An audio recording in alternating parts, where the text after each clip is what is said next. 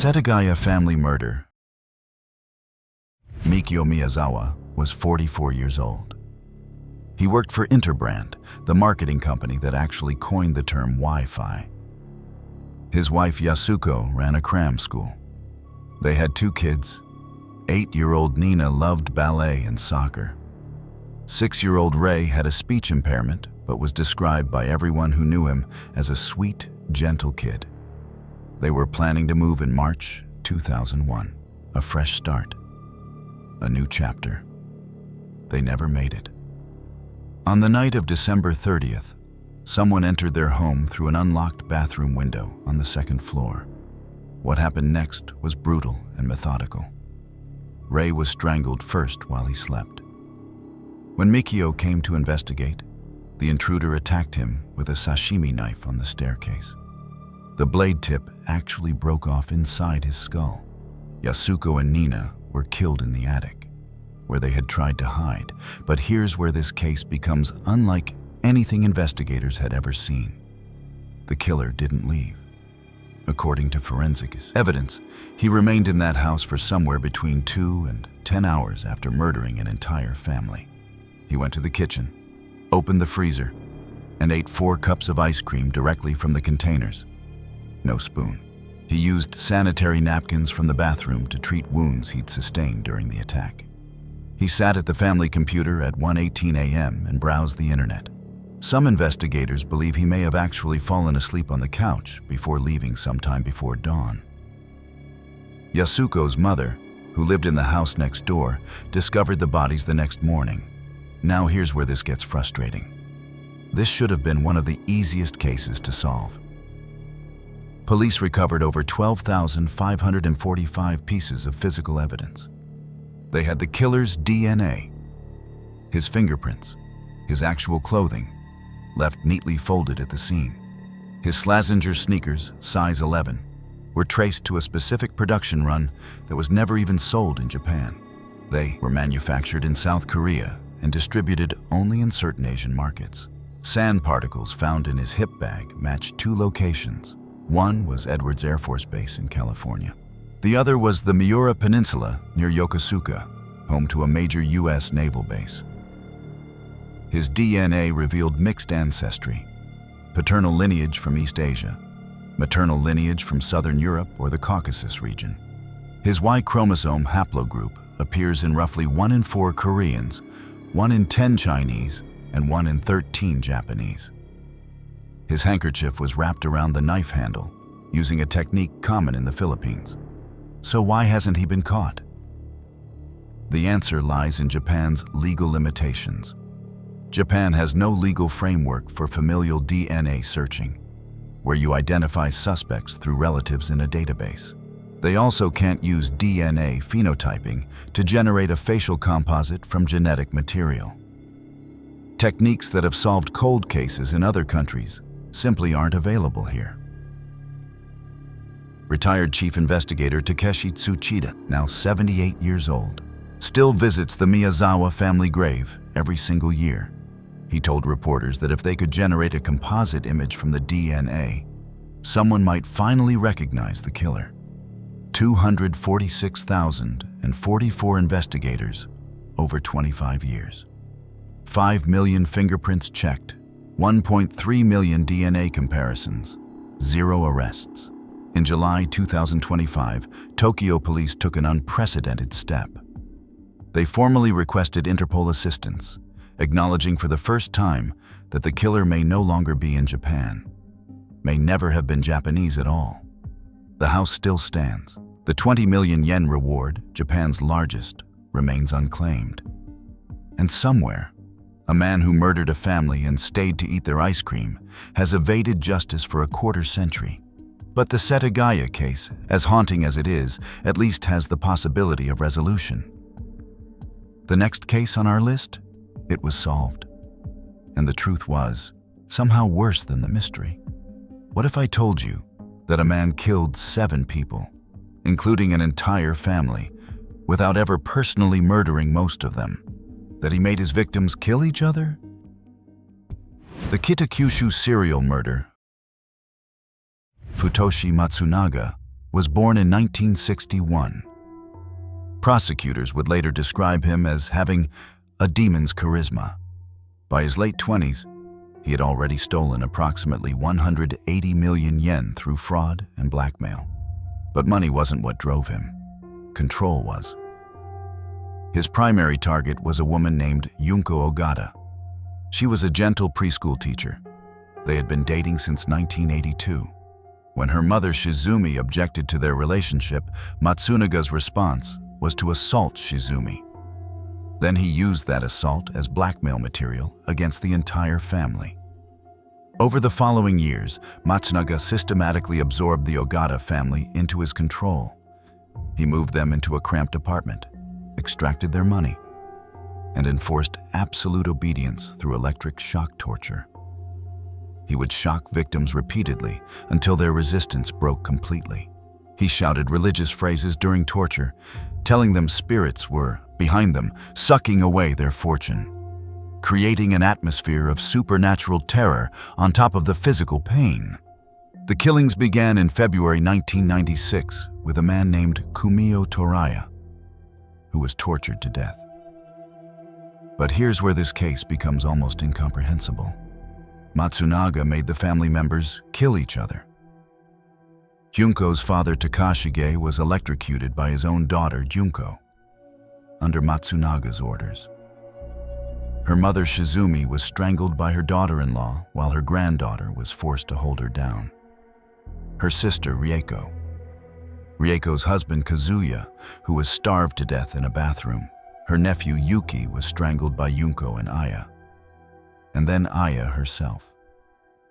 Each murder made the survivors more complicit, more trapped, more controlled.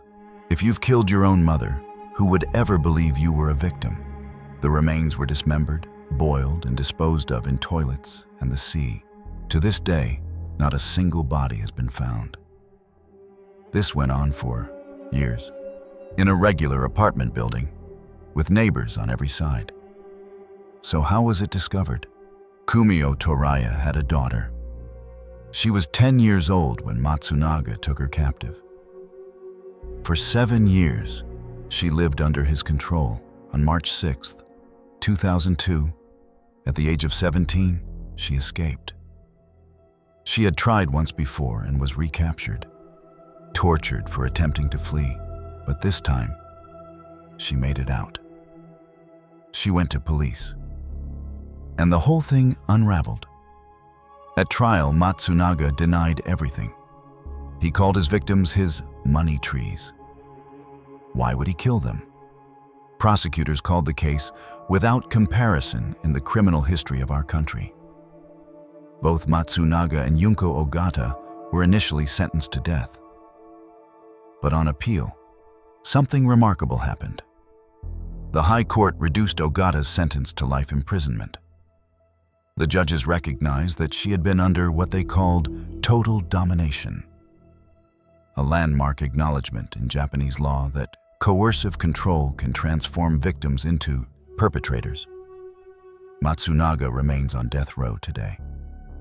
The Kitakyushu case is studied in criminal psychology courses worldwide as perhaps the most extreme example of how psychological manipulation can make ordinary people capable of unimaginable acts. But if Kitakyushu shows what happens when one person controls a family, our next case shows what happens when an entire community looks the other way. Junko Furuta. Junko Furuta was 17 years old. 2 weeks away from her 18th birthday, she worked part-time at a factory and had already secured a job at an electronics store for after graduation. Her friends called her Junchan. She dreamed of becoming an idol singer. On November 25, 1988, around 8:30 in the evening, she was biking home from work. A boy named Shinji Minato, just 16 years old, kicked her off her bicycle. Then an 18-year-old named Hiroshi Miyano approached. He acted like a concerned stranger, offered to walk her home safely. Instead, she was taken to Minato's family home in Adachi Ward. What happened over the next 44 days is something I won't describe in detail. The court records exist. What I will tell you is this. The four primary perpetrators, Miyano, Minato, Joe Ogura, and Yasushi Watanabe, were all teenagers, all high school dropouts, all connected to organized crime. They had already group assaulted another woman just 2 weeks before abducting Junko. They forced her to call her parents and say she had run away. They forced her to call police and cancel the missing persons investigation herself. But here's what makes this case unforgettable. People knew. Minato's parents knew a girl was being held in their son's room. They later claimed they were afraid of their son's violent behavior and his Yakuza connections. When police received a tip and visited the home, Minato's parents assured them no girl was there. The officers left without searching. Both of those officers reportedly lost their jobs after the truth came out. But by then, it was too late. The crime was discovered by accident on January 23, 1989. Miyano and Ogura were arrested for the assault of a different woman. During interrogation, Miyano mistakenly thought police already knew about Junko. So he confessed. Her body was recovered from a concrete-filled drum in Koto Ward on March 29, 1989. She could only be identified by her fingerprints. At her funeral, her classmates wrote a eulogy.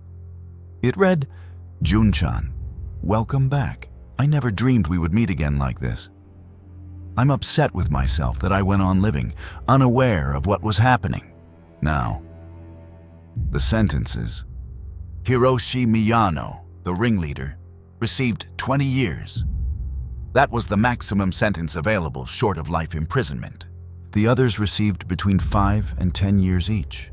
Legal experts explained that under Japan's sentencing guidelines, the death penalty was rarely applied for single-victim cases, and prosecution couldn't prove clear premeditation of murder versus ongoing abuse that resulted in death. The perpetrator's youth was considered a mitigating factor. The public was outraged, but the aftermath proved even more infuriating. Joe Ogura changed his name to Kamisaku after release. In 2004, he was arrested for assaulting and confining another victim. He allegedly told that victim he had gotten away with murder before. He served another 4 years. Shinji Minato changed his first name. In 2018, he was arrested for attempted murder over a parking dispute. Of the 4, only Yasushi Watanabe committed no known subsequent crimes. He died in 2021 at age 49. Ogura died in 2022 at 51. The rehabilitation system that was supposed to transform these young offenders. 3 out of 4 went on to commit violent crimes again. If the Furuta case showed that monsters can hide in plain sight among adults, our next case asked an even more disturbing question. What happens when the monster is a child? The Kobe school murders. In the spring of 1997, someone was attacking children in Suma Ward, Kobe. On March 16th, a 10-year-old girl named Ayaka Yamashita was bludgeoned with a hammer outside a residential building. She was declared brain dead a week later. Then, on May 24th, an 11-year-old boy named Jun Hayes went missing. Jun was a special needs student. Someone had lured him to a place called Tank Mountain by promising to show him a turtle. He was strangled with his own shoelaces. 2 days later, Jun's severed head was placed at the main gate of Tomogaoka Junior High School. There was a note stuffed in the mouth, written in red ink. The note read, "Now the game begins. Stupid police officers. Try to stop me. I find killing extremely enjoyable." The writer signed it with a name. Saito Sakakibara. Characters meaning alcohol, devil, rose, saint, and fight. A week later, he sent another letter to the Kobe Shinbun newspaper. He was angry that the media had mispronounced his chosen name. He wanted them to correct it. Criminal profilers analyzed the letters. Their conclusion?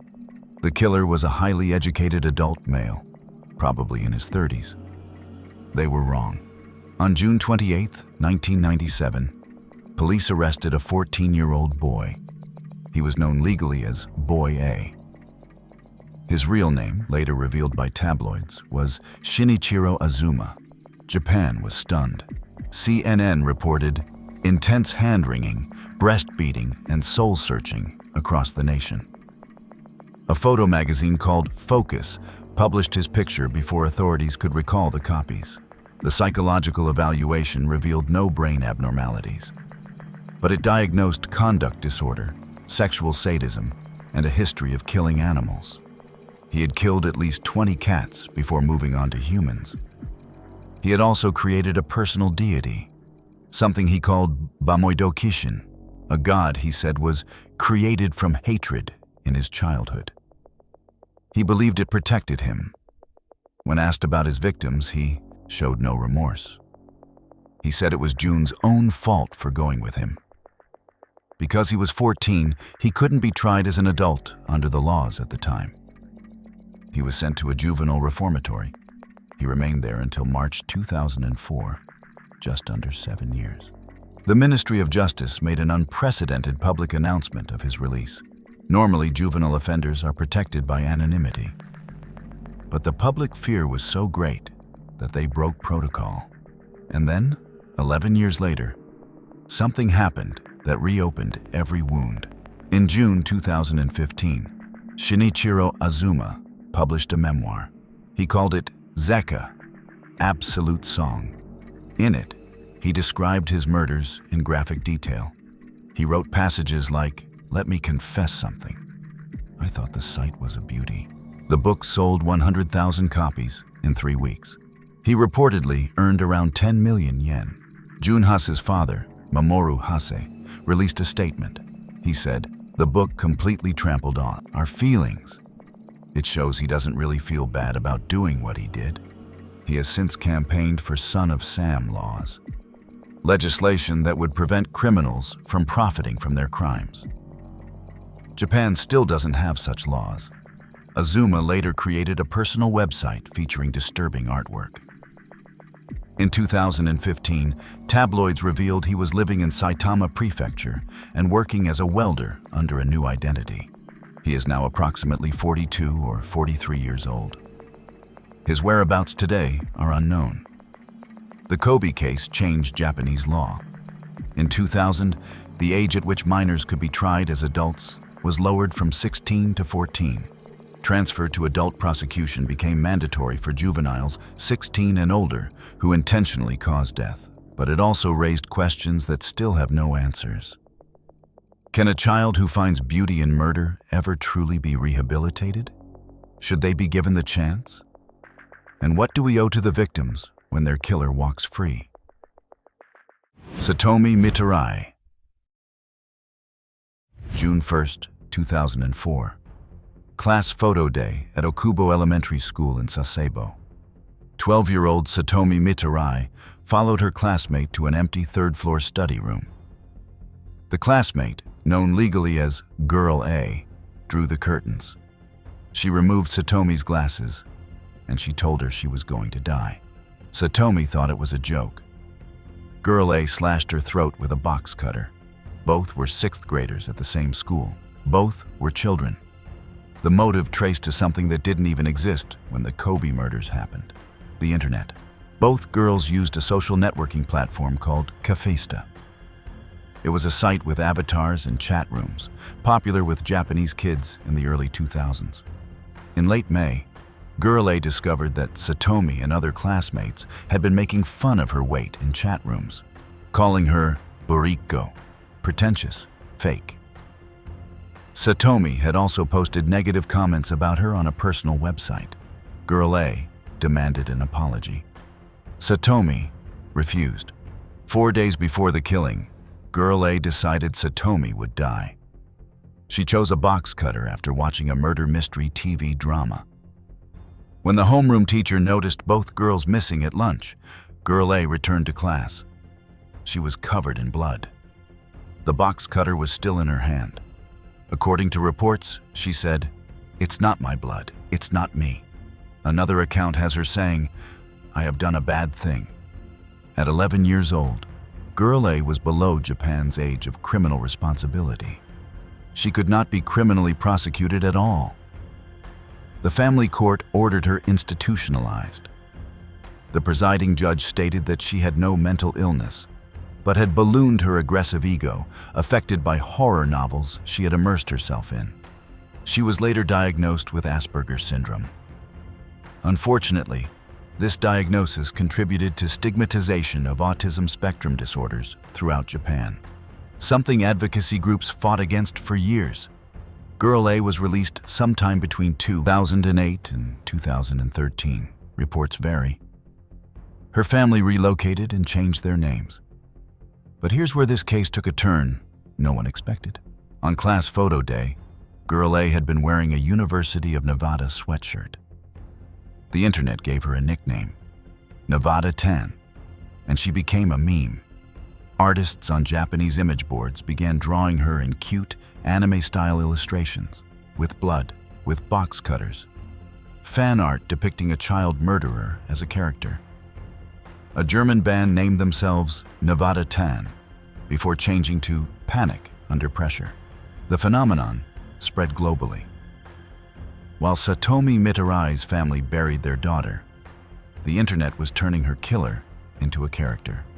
In 2024, 20 years after the murder, Satomi's older brother spoke at a symposium for crime victims. He said something surprising. "There's no point in hating her. I want her and me to live in the same community. I want to say, straighten up and live where I live." Girl A is now in her early 30s. Her current identity and location are unknown. If you've made it this far, consider subscribing. It helps the channel a lot. Now let's go further to the next case. The Sasebo schoolgirl murder. On a warm Saturday afternoon in July 2014, a 15-year-old girl named Aiwa Matsuo told her parents she was going shopping with a classmate. She grabbed her bag, waved goodbye, and walked out the front door. She never came back. That night, when Aiwa failed to return home, her parents called the police. Officers began retracing her steps, and within hours, they found themselves standing outside an apartment belonging to her classmate, a fellow 15-year-old girl who had invited Aiwa over that afternoon. What they discovered inside would become one of the most disturbing juvenile crimes in Japanese history. But the truly horrifying part? Everyone saw this coming. According to multiple reports, the perpetrator had shown troubling behavior for years. Back in 6th grade, around 2010, she poisoned her classmates' lunches. Not once. 5 separate times. She slipped diluted bleach and detergent into their food. Then, in March 2014, just 4 months before the murder, she attacked her own father while he slept. She struck him with a metal baseball bat, causing serious injuries. So what happened after that attack? A psychiatrist who had been treating her made a desperate phone call. According to documented reports, she contacted the Nagasaki Prefectural Child Consultation Center with an explicit warning. If she is left as she is, she could kill someone. 6 weeks before Aiwa Matsuo died, a trained professional predicted exactly what would happen. But because of patient confidentiality rules, the psychiatrist did not reveal the girl's name. The warning went unacted upon. The system failed. And on that July afternoon, when Aiwa walked into her classmate's apartment, she walked into a trap. The perpetrator attacked from behind. The violence that followed was premeditated. She had purchased tools specifically for this crime. She had researched juvenile crime laws at a library beforehand. When police asked her why, her answer was chilling. "I wanted to kill someone. I wanted to dissect someone." There was no grudge, no argument. Aiwa was her friend. In July 2015, the Nagasaki family court sent the perpetrator to a juvenile medical reformatory rather than prison. The judge ruled that incarceration would worsen her mental condition. But the tragedy did not end there. Less than 3 months after the murder, the killer's father took his own life. One psychiatrist's warning, one phone call, one name that was never given, and one life that could have been saved. But Iwa Matsuo knew her killer. In our next case, the victim had never seen her attackers before in her life. 3 strangers who met on the internet just days earlier, united by one purpose: to find a random woman and make sure she never made it home. The dark site murder. Imagine walking home alone at night. You have done it 100 times before. The streets are quiet, familiar. Then a van pulls up beside you. On the evening of August 24th, 2007, a 31-year-old office clerk named Rie Isogai was walking home in the Jiyugaoka neighborhood around 10 at night. She had no idea that 3 men in a van had been cruising for hours, looking for exactly this: a lone female victim. But here is what makes this case different from almost any other. These 3 men did not know each other before that week. They met on the internet, specifically on an underground cell phone forum called a Yami Saito, a dark site. 1 week earlier, on August 17th, a 40-year-old unemployed man named Kenji Kawagishi had posted a message seeking partners in crime. He was living in his van. He had nothing to lose. 3 men responded: Tsukasa Kanda, a 36-year-old former newspaper salesman; Yoshito Mohori, a 32-year-old professional darts player drowning in debt; and a 4th man who was arrested for unrelated burglary before the crime took place. So these strangers, bound together by nothing but desperation and darkness, made a plan. They would kidnap a random woman, rob her, and then kill her to prevent detection. And Rie Isogai happened to be in the wrong place at the wrong time. Around 10 that night, Hori approached Rie pretending to ask for directions. Then, he forced her into the van at knife point. Over the next several hours, they demanded her ATM PIN number. And here is where Rie Isogai made her final act of defiance. She gave them the wrong code. She knew what was coming, but she made sure they would get nothing from her. Around 4 in the morning on August 25th, her body was left in a forest in Mizunami, Gifu Prefecture. But the killers made a critical mistake. Just hours later, around 1 in the afternoon, Kawagishi called the police himself. He confessed, hoping for a lighter sentence. All 3 were in custody within 48 hours. Rie's mother, Fumiko Isogai, launched an unprecedented campaign. She collected over 333,000 signatures demanding the death penalty for all 3 killers. In Japan, death sentences for single victim murders are exceptionally rare. The verdicts came in March 2009. Tsukasa Kanda, the ringleader, received the death penalty. He was executed on June 25, 2015, at Nagoya Detention House. Kawagishi received life imprisonment because he surrendered voluntarily. And Hori? His sentence was initially commuted to life on appeal, but he was later sentenced to death for an unrelated double murder from 1998 that police connected him to during the investigation. Rie Isogai could not stop what happened to her, but she made sure her killers walked away with nothing. And thanks to 333,000 signatures from strangers who believed in justice, the man who took her life paid for it with his own. Rie Isogai was taken by strangers who planned their crime for just 1 week. But our next case involves a killer who hunted for nearly a year. A man whose crimes were so horrific, they changed how an entire nation viewed a generation. They called him the Otaku Murderer. Between August 1988 and June 1989, 4 little girls disappeared from the suburbs of Tokyo. All of them were between 4 and 7 years old.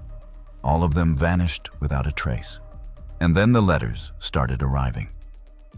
The man responsible was Tsutomu Miyazaki, and his crimes would not only terrorize Japan, but reshape how an entire country viewed a subculture. Miyazaki was born on August 21, 1962, into a wealthy family that owned a newspaper. But from birth, he was different. He was born premature, weighing only 2.2 kilograms, and he suffered from a rare condition that left his hands permanently deformed and fused to his wrists. The bullying started when he was 5, and it never stopped. By high school, his grades collapsed. He failed to get into his dream university and ended up as a photo technician. His social isolation deepened. His only meaningful relationship was with his grandfather, Shokichi. When his grandfather died in May 1988, something in Miyazaki broke completely. According to reports from his trial, Miyazaki consumed some of his grandfather's cremated ashes, believing it would bring him back. 3 months later, he committed his first murder. His first victim was 4-year-old Mari Kono, abducted on August 22, 1988. His second was 7-year-old Masami Yoshizawa on October 3rd. His third was 4-year-old Erika Namba on December 12th. And his fourth was 5-year-old Ayako Nomoto on June 6, 1989. Each crime escalated. He photographed his victims, he kept trophies, and then he did something that turned a local investigation into a national horror. He mailed a box to Mari Kono's family. Inside were bone fragments, ashes, teeth, and photographs. The note read simply, "Mari, bones, cremated, investigate, prove." Japan was terrified. And then, on July the 23rd, 1989, he made a mistake. Miyazaki was caught photographing a young girl in a park. Her father attacked him, but Miyazaki escaped. However, he returned for his car. Police were waiting. 17 days later, he confessed to all 4 murders. When police searched his home, they found 5,763 videotapes. Anime, horror films, and child exploitation materials stacked from floor to ceiling. The media dubbed him the otaku murderer, and overnight, anyone who collected anime or manga became a suspect in the court of public opinion. What followed was a moral panic. Otaku, meaning obsessive fans, became synonymous with dangerous social outcasts. Parents threw away their children's collections. Shops closed. The stigma lasted for over a decade. Miyazaki's trial lasted 7 years. 3 different psychiatric teams reached 3 different conclusions. He blamed his crimes on an alter ego he called Rat Man.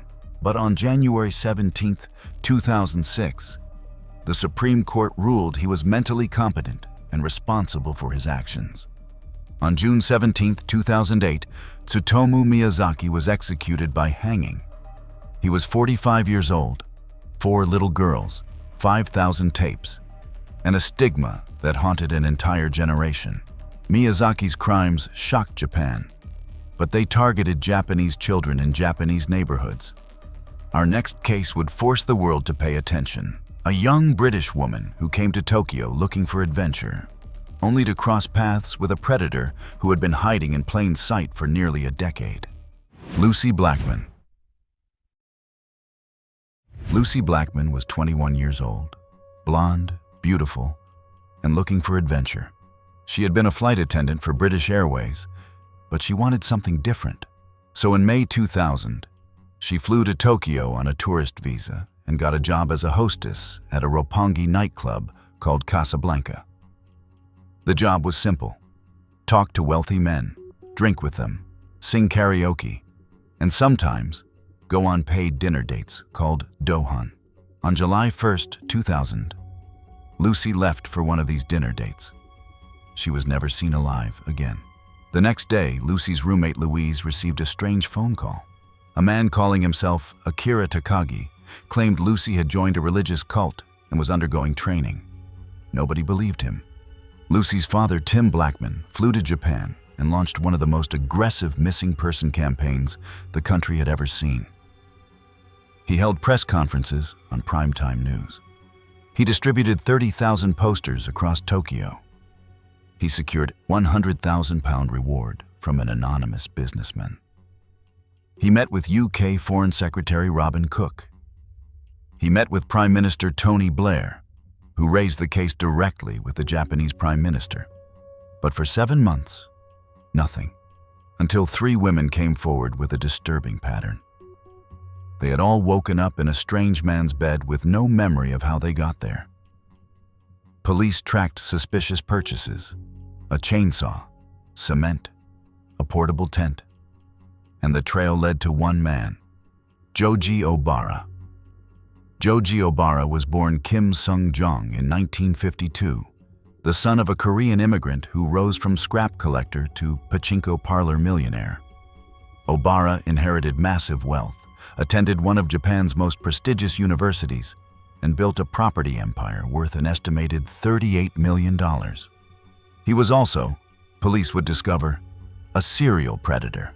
In Obara's homes, investigators found approximately 400 videotapes showing drugged, unconscious women being assaulted. His journals referred to these attacks as conquest play. Police believe he victimized between 150 and 400 women over 8 years. On February 9, 2001, 7 months after Lucy vanished, police found her remains in a seaside cave at Miura, about 50 kilometers south of Tokyo. She had been dismembered. Her head was encased in concrete. Obara was convicted of multiple rapes and the manslaughter of another victim, Australian model Carita Ridgway, who died in 1992. His diary contained the entry, "Carita Ridgway, too much chloroform." But in a controversial ruling, he was acquitted of Lucy's murder due to insufficient forensic evidence. The decomposition made determining cause of death impossible. He was, however, found guilty of abducting Lucy, dismembering her body, and disposing of her remains. The judge called him a beast with a human face. Tim Blackman used part of a controversial settlement to establish the Lucy Blackman Trust. Today, it assists over 600 families annually whose loved ones have gone missing or been murdered abroad. Lucy's death was a tragedy, but her legacy helps strangers every single day. Lucy Blackman's case made international headlines. It forced conversations about the safety of foreign women in Japan. But just 7 years later, another young British woman would meet a similar fate. And this time, the killer was standing right in front of 9 police officers when he escaped. Lindsay Hawker. Lindsay Ann Hawker believed Japan was one of the safest countries in the world. She was 22 years old, held a first-class honors degree in biology from the University of Leeds, and had moved to Japan in October 2006 to teach English before pursuing her master's degree. She was smart, careful, and aware of her surroundings, and none of that saved her. Around midnight on March 20th, 2007, a 28-year-old man named Tatsuya Ichihashi approached Lindsay on a train. He claimed, falsely, that she was his English teacher. He followed her home by bicycle. Lindsay felt sorry for him. She led him inside briefly for water and showed him to her flatmates as a precaution. When he asked for a paid English lesson, she agreed to meet him 5 days later. That decision would cost her everything. On March 25th, they met at a cafe around 9 in the morning. CCTV footage showed Lindsay appearing uncomfortable throughout the lesson. When it ended, Ichihashi claimed he did not have the 3,500 yen payment. He asked her to come to his apartment nearby to collect it. Lindsay told their taxi driver to wait.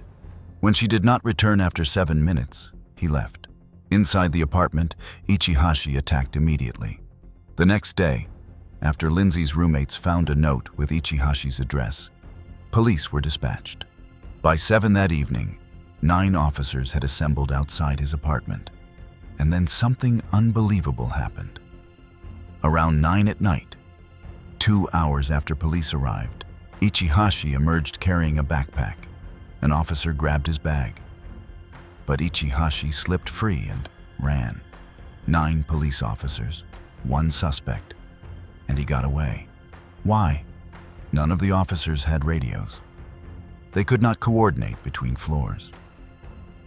Ichihashi was physically fit, a black belt who cycled 25 kilometers daily. He zigzagged through the streets and vanished into the night.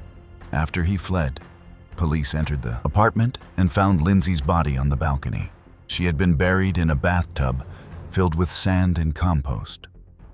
What followed was one of the longest manhunts in modern Japanese history. Ichihashi wandered the country for 2 years and 7 months, working construction jobs and saving nearly 1 million yen. To avoid capture, he mutilated himself.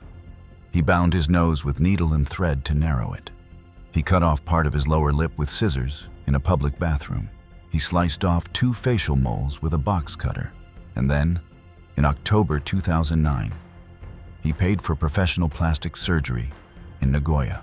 On November 10, 2009, a passenger at the Osaka Nanko ferry terminal recognized him despite the surgery. Police approached and asked his name. For the first time in 2.5 years, he told the truth. Fingerprints confirmed his identity. The manhunt was over. At his trial in July 2011, Ichihashi admitted killing Lindsay but claimed it was an accident. He said he suffocated her while trying to muffle her screams. The judge rejected this completely. Evidence showed he had strangled her for at least 3 minutes. The act was deliberate. Ichihashi received life in prison, not the death penalty, because he had no prior convictions and the court found a slight chance of rehabilitation. Today, he remains at Nagano prison. Under current guidelines, he cannot even be considered for parole until at least 30 years into his sentence. Lindsay's father, Bill, said after the verdict, "We have waited for 4.5 years to get justice for Lindsay, and we have achieved that today. 9 officers, 1 man, 1 terrible failure, and 1 family that refused to give up until justice was served." The murder of Shiori Ino.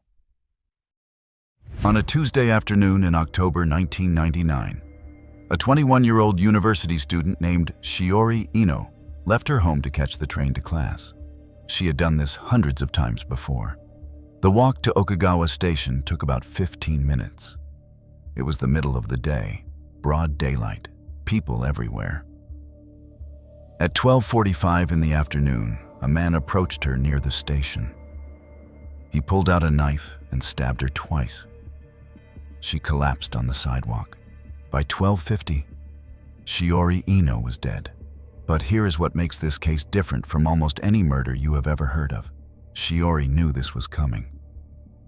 She had been trying to stop it for months. She wrote a will 6 months before she died. She recorded her stalker threatening her family. She went to the police over and over again, begging them to help. The police refused. And when she was killed, those same officers launched a disinformation campaign to destroy her reputation.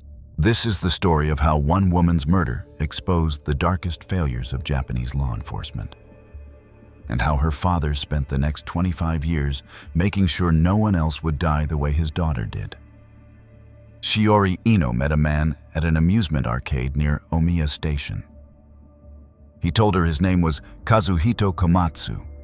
He said he was 23 years old and ran his own business.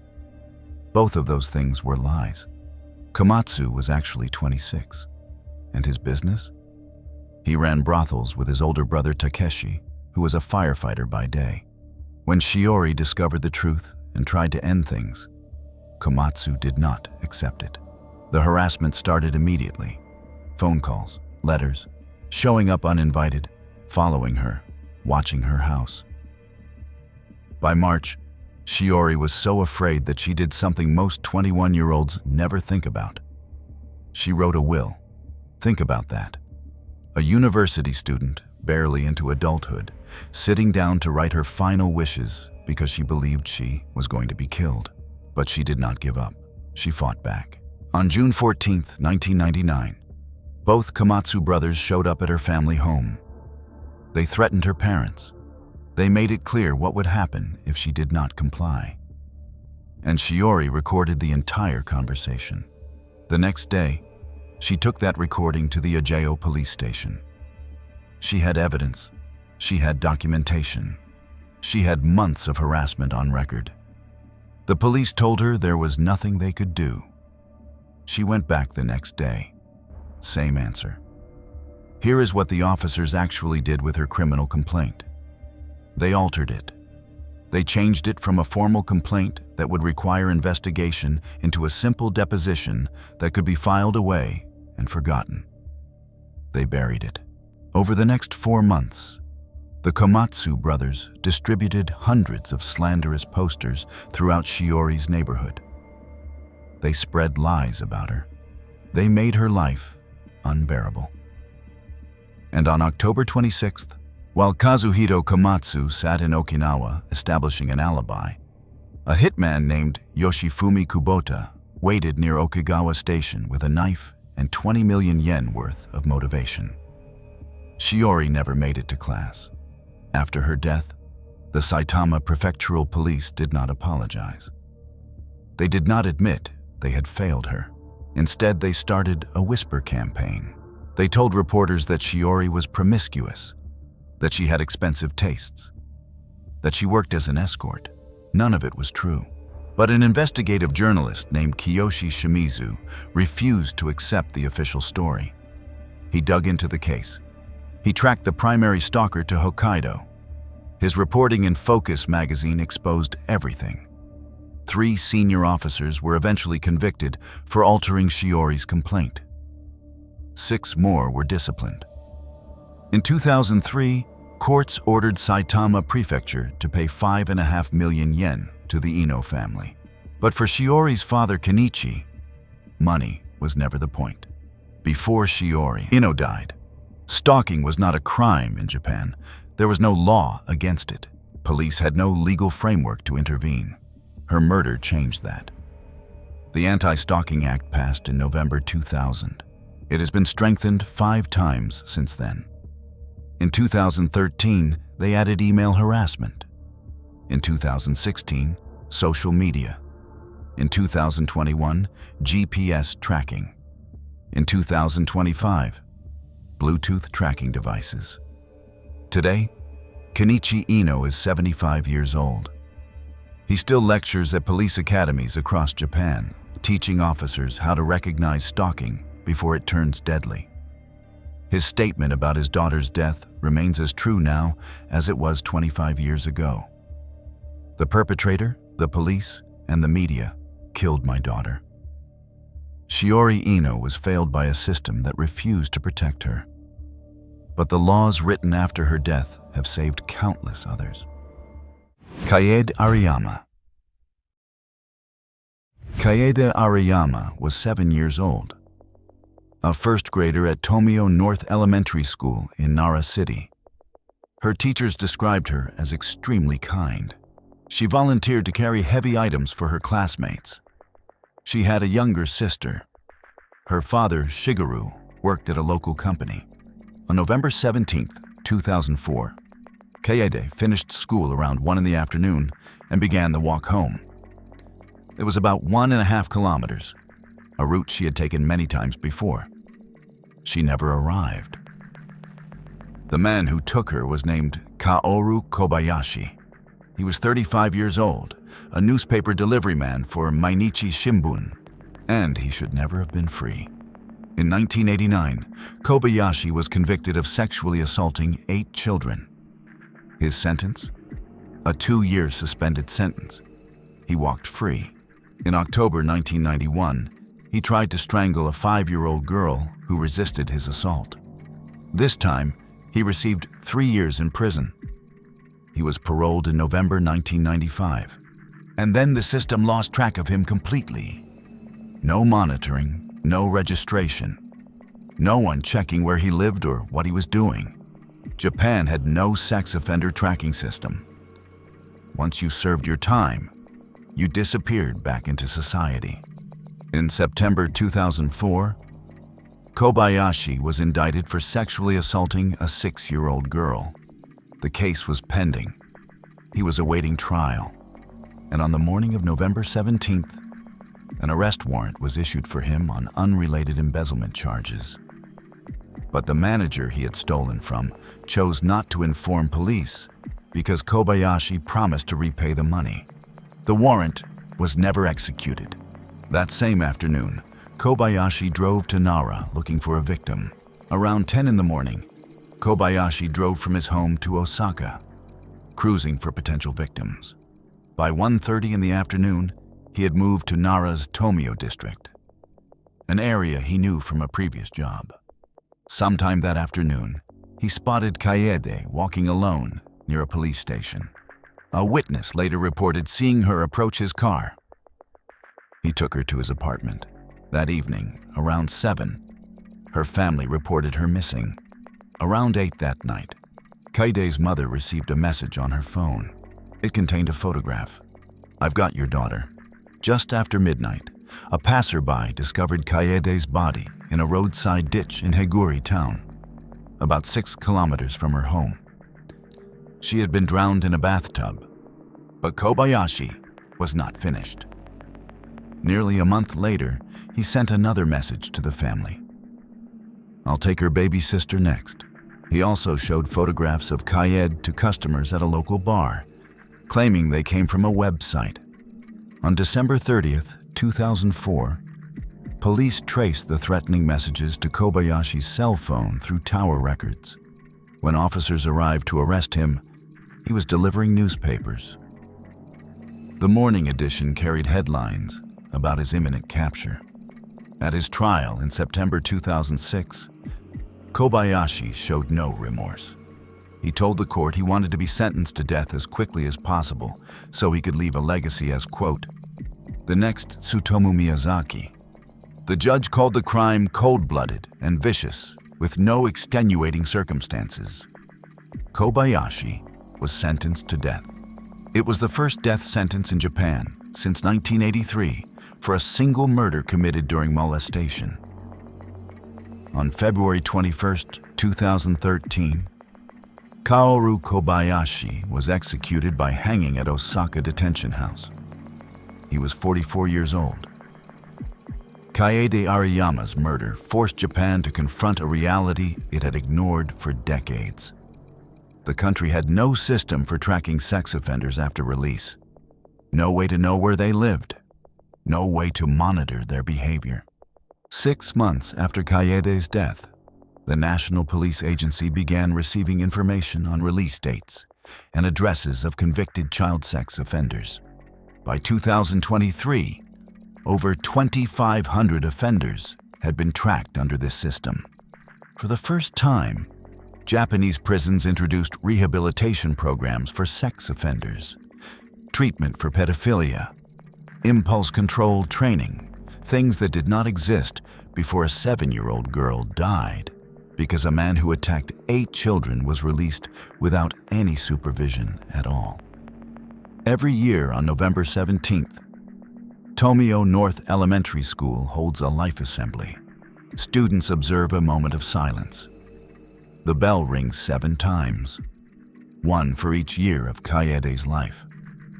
Her desk is still kept in the principal's office, covered with flowers. Parents still walk their children to and from school. 20 years later, Kaede's father, Shigeru, released a notebook documenting his grief. "During the 20 years without Kaede, I have struggled desperately to move forward. But each step felt so heavy. The pain of those left behind is indescribable." This was all from our side today. Thanks for watching. Click here to check out another video.